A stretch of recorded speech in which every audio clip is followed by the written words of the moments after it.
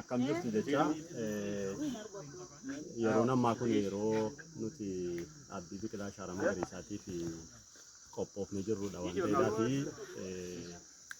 uummanni aanaa keenya akkasumas uummanni ganda agaloo gandi uummata jiru kun abdii ashaaraa magariisaa guyyaa borii adoolessa 24 gaggeessinu irratti akka hirmaattan waamicha isinii dabarsuun barbaada.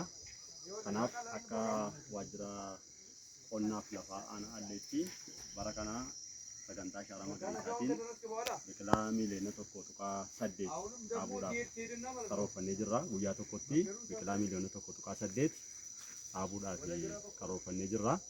Kanaaf yeroo ammaatti akka aanaa keenyaatti saayitii 32 irratti gandoota baadiyyaa 19 qabnuuf magaalaa qabnu irratti sagantaan kun bal'inaan gaggeeffama waan ta'eedhaaf uummanni keenya dammaqinaan sagantaa kana irratti akka inni hirmaatu waamicha isinii dabarsuu barbaanna.